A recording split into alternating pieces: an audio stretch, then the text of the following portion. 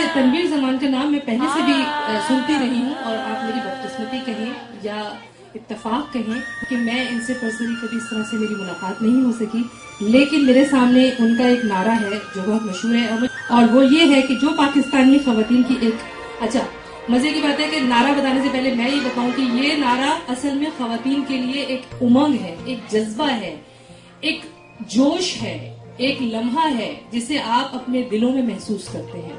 اور تنویر زمان نے یہ کہا ہے کہ میں اس وقت تک ایک بھی چوڑی ہاتھوں میں نہیں پہنوں گی جب تک ہر پاکستانی عورت آسودگی کے ساتھ اپنے ہاتھوں میں کنگن پہننے کے قابل نہ ہو جائے.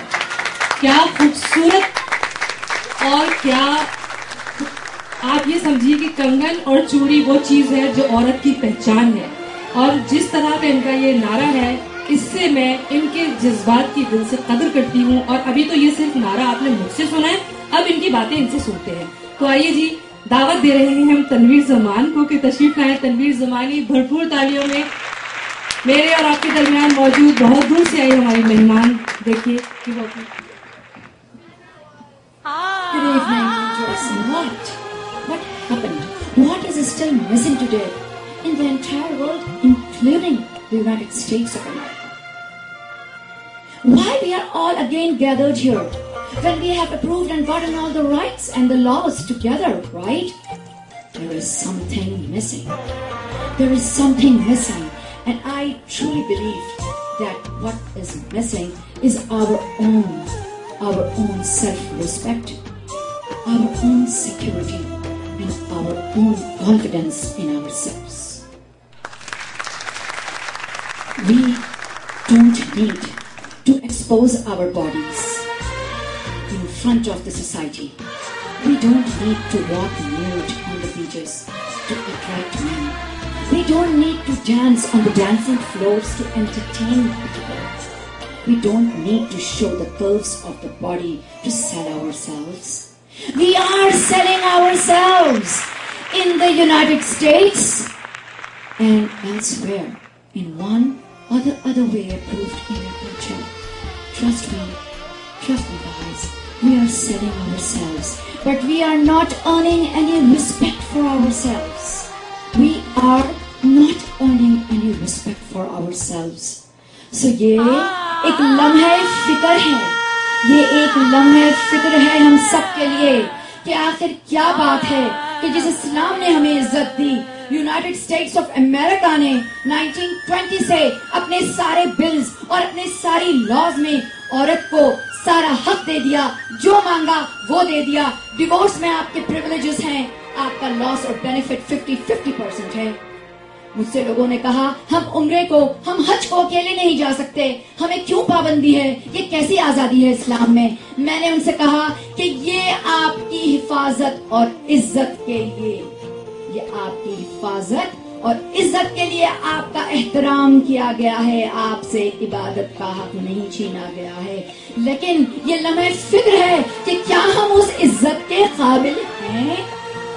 کیا ہم اپنے آپ کو اتنا محترم و بامحرم رکھے ہیں؟ میں درخواست کرتی ہوں، میں تلقین کرتی ہوں اپنی بیٹیوں کو، اپنی بہنوں کو کہ تا حد ممکن آپ اپنی شادیوں کو نبھائیں، اپنے سسرال کی عزت کریں، اپنے ساری فیملی ٹائز کو ملحوظ رکھیں کہ شادی کسی ایک شخص سے نہیں ہوتی، شادی پوری فیملی سے ہوتی ہے. لیکن جب لڑکی یہاں آتی ہے تو دیکھتی ہے کہ ماحول کچھ اور ہے، اس کا اورینٹیشن ہو جاتا ہے یہاں کے رولز اور ریگولیشنز اور حقوق کے ساتھ. وہ کچھ حالات سے گزرتی ہے، اس کو مجبوراً طلاق ہو جاتی ہے، اس کو طلاق ہو جاتی ہے. لوگوں کو اپنے آپ کو مضبوط کرنا ہوگا، اندر سے کمزور نہیں سمجھنا ہوگا. اپنے بچوں پہ نہ روئیں، اس وقت حوالے کر دیں بچے، اگر مانگتا ہے شوہر تو اس کے بچے ہیں وہ سنبھالے. اپنے باپ کی پگڑی کا مذاق مت بنائیں. کتنا برا لگتا ہے جب پاکستان میں آپ کا اپنا باپ آپ کے شوہر کے آگے اپنی پگڑی اتار کے رکھ دیتا ہے.